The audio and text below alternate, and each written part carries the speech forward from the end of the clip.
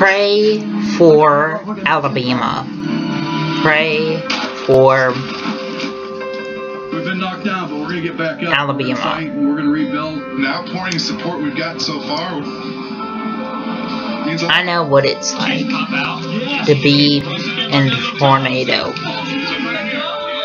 Pittsburgh had a tornado, and we had to go down to the basement in 1998. Also, just to let you know, 2 weeks after the super typhoon, this is tonight that today. we got a tornado the roofs are gone, the walls are in gone. Murraysville one time. I believe that was in 1999 that we did. I think it was the Great Holiday Park Church of Christ that it passed by, How this is going to come out, almost. but it's starting. A little bit of something positive here happening. Or it passed nearby it.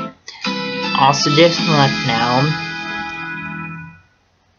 that Currently in our area, 43 degrees under cloudy skies.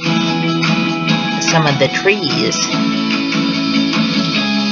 in Holiday Park were knocked down. Today, overcast. Please subscribe, rate, and High comment. 48. Wind